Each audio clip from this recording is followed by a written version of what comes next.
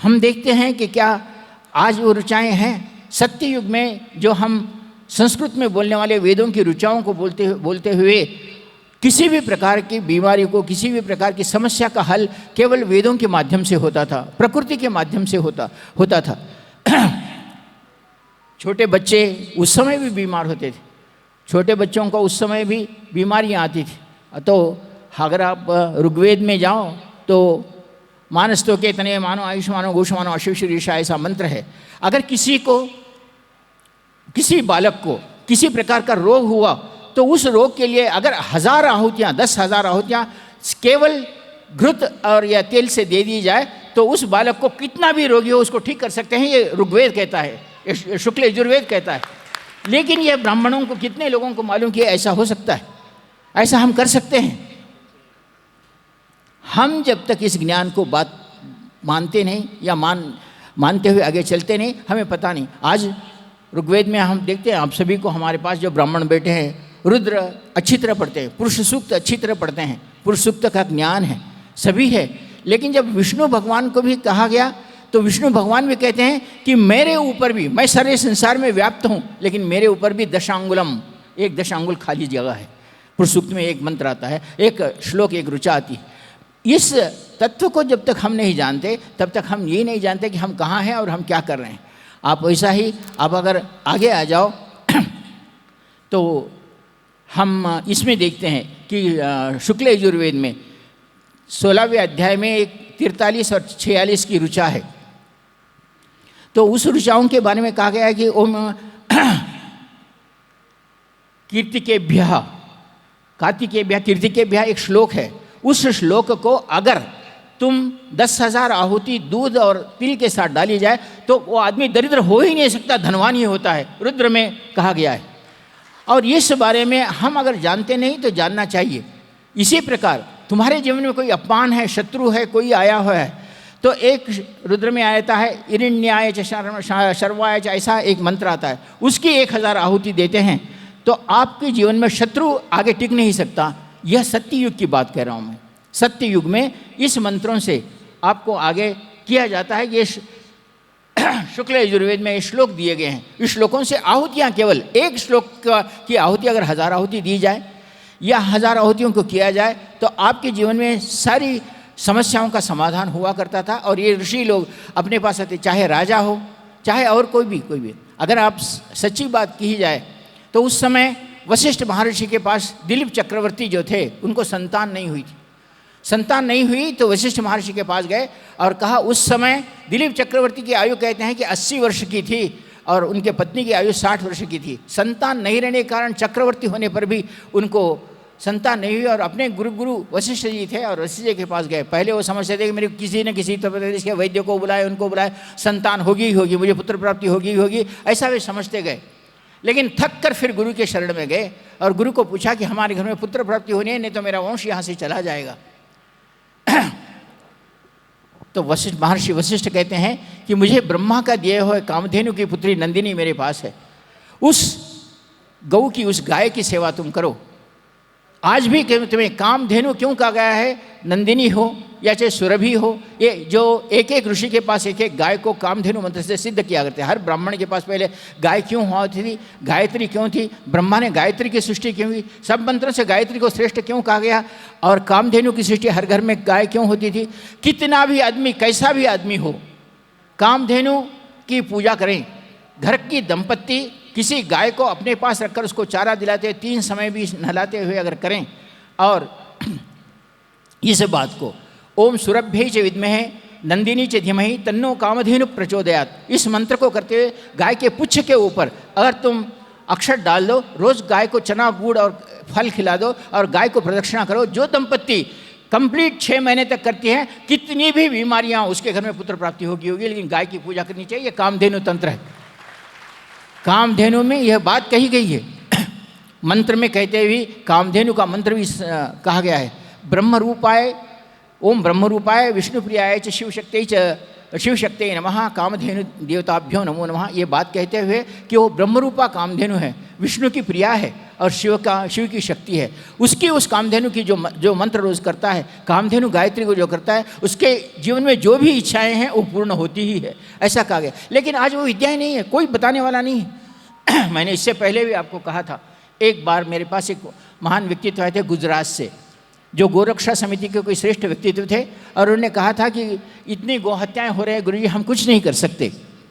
और उनका वाद ये भी कहना था कि सच्ची गौ जो हमारे देशी गाय हैं उसको गाय सच्ची कामधेनु कहा गया है, लेकिन जो आप जर्सी गाय हैं या कहीं ब्रीड से ली हुई गाय हैं उसको हम गाय कहने के नहीं। जो सच्चाई से हमारे धर्मबद्ध गाय हैं, जिसे हम हमारे पूर्वजों से लेते हुए गाय को आए हैं, उस गाय की जो नित्य पूजा करता है उसकी रक्षा किस तरह करनी चाहिए। मैंने कल भी कहा कि शिवाजी भी गो रक्षा किए थे। गो रक्षा करने के कारण, स्वामी समर्थराम दास के कहने के कारण, जो उनको गुरु थे, उन्होंने कहा गाय की रक्षा की, इसलिए वो कल भी पूजे थे, आज भी छत्रपति शिवाजी महाराज पूजे। और छत्रपति शिवाजी महाराज को कोई ऐसा दुष्ट शक्ति उनको मार नहीं सका जिसने गाय की पूजा की।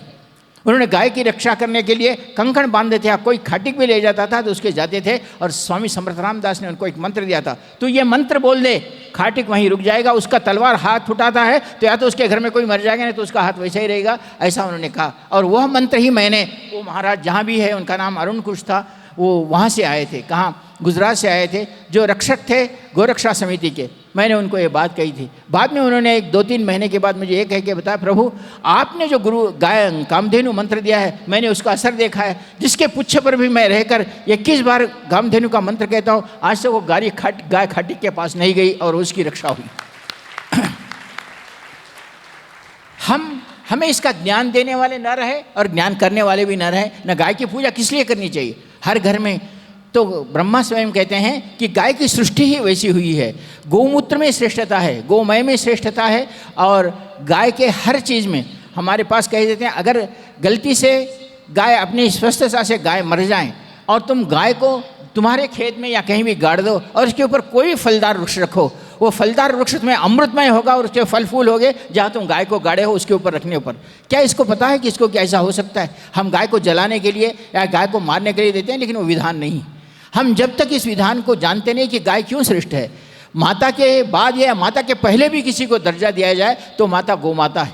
उस गौमाता को हम उसके गोमूत्र को, गोमय को, इसको लेकर अगर चलते हैं तो हमारी श्रेष्ठता है। भगवान शिव जी भी कहते हैं, महर्षि वशिष्ठ ने एक बार भगवान शिव जी से प्रार्थना करके कहा था कि प्रभु ये बताओ कि इस संसार में रोग रहित हो जाए, कभी भी रोग अगर आ जाए तो उस रोग से हम निजात पाने के लिए, उस रोग से हम बाहर आने के लिए हमें क्या करना चाहिए।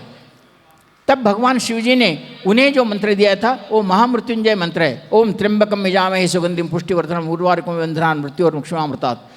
तो यह मंत्र जो है बाद में आने के बाद इस मंत्र की आहुति कहते हैं कि दूध और पायस के साथ इस मंत्र की 1000 आहुति दी जाए और रोगी को अपने सामने बिठाया जाए तो किसी प्रकार का रोग भी कम हो सकता है। लेकिन जैसे ही बाद में मैं नहीं कहता, बाद में बहुत सारे समाज आए, बहुत सारे गुरु आए और लोहे के पात्र में यज्ञ कुंड बनाने लगे। लोहे के पात्र में, पीतल के पात्र में, किसी में बना कर, यज्ञ वैसा नहीं है। उसमें उस मंत्र में क्लियरली कहा गया है, त्र्यंबकम यजामहे सुगंधिम पुष्टिम, पृथ्वी पर गोमय डालकर जो इस त्र्यंबक मंत्र का हवन करता है और उसको घ्राण करता है, उसका सुगंध लेता है, वो पुष्टिवर्धनम है और उसको मृत्यु आने नहीं देता, हार्ट अटैक आने नहीं देता। लेकिन उसका मंत्र पृथ्वी पर करना चाहिए। यह बात आज नहीं जानते। त्र्यंबक मंत्र भी हम अगर बोला जाए तो लोहे के पात्र में किया जाता है। महामृत्युंजय का मंत्र भी लोहे के पात्र में किया जाता है। वो विधान नहीं है, ऐसा शास्त्र कहता है। तो इस तरह हम जिसका विधान है उस विधान को हम आज तक करते हुए नहीं आए, और नहीं करने के कारण आज हम करे ये सारे मंत्र उस वेद के साथ खत्म हो गए। सत्य युग के बाद में थोड़ा देर त्रेता युग में भी महर्षि वशिष्ठ थे और उन्होंने रामचंद्र से भी वो कार्य, मैंने जैसा भी कहा, दिलीप चक्रवर्ती को संतान नहीं हुई, उनकी आयु थी, तो वशिष्ठ महर्षि ने उनको गौ सेवा, नंदिनी की सेवा करने के लिए और उस गोमय से यज्ञ आदि करने की बात कही, और वो उस मंत्र को करते गए। और दिलीप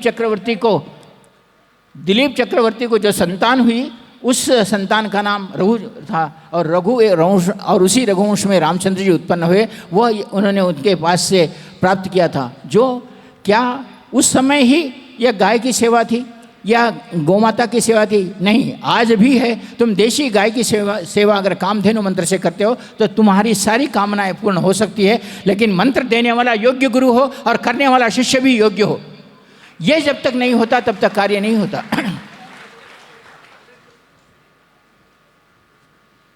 हम अपने जीवन में मंत्रों को लेते समय भी ये याद रखें कि हमारे को मंत्र देने वाला गुरु योग्य हो, साधनात्मक हो, साधना करने वाला हो, तपश्चर्या युक्त हो, तपस्या करने वाला हो।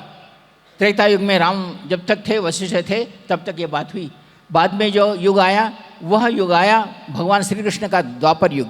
श्री कृष्ण का जन्म ही ऐसा हुआ कि सारे वेदों को अपने में लेकर वो जन्म ले गए और उन्होंने कहा कि तुम मेरे सर्वधर्मान परित्यज्य मामेकम शरणम व्रज, मेरे शरण में आ जाओ, मैं तुम्हारी इच्छा पूर्ण करूंगा। श्री कृष्ण, क्योंकि श्री कृष्ण वेद पुरुष थे, योगीश्वर थे और उनमें योग की क्रियाएं थी। सारे तेजों को अपने, सारे वेदों को अपने में धारण करते हुए उन्होंने जन्म लिया था और उन्होंने कहा कि तुम्हें कहीं वेद कहीं जाने की आवश्यकता नहीं है, तुम मेरी शरण में आ जाओ, मैं तुम्हारी इच्छाएं पूर्ण करूंगा। ऐसा श्री कृष्ण ने कहा। आज भी हम गीता का आखिरी श्लोक पढ़ते हुए कहते हैं, यत्र योगीश्वर कृष्णो यत्र पार्थो धनुर्धरा तत्र श्रीर्यो भूतिर्ध्रुवा नीतिर्मतिर्मा। क्यों कहा गया है?